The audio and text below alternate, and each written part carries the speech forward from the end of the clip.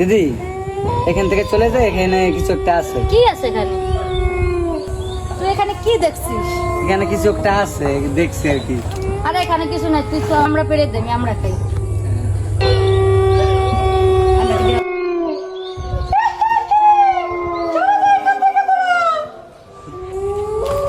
কি হলো রে? তোকে তো আগেই বলেছিলাম এখানে কিছু একটা আছে। মানে তাহলে ভূত আছে? হ্যাঁ হ্যাঁ হতে পারে, চল আমরা চলে যাই। চল।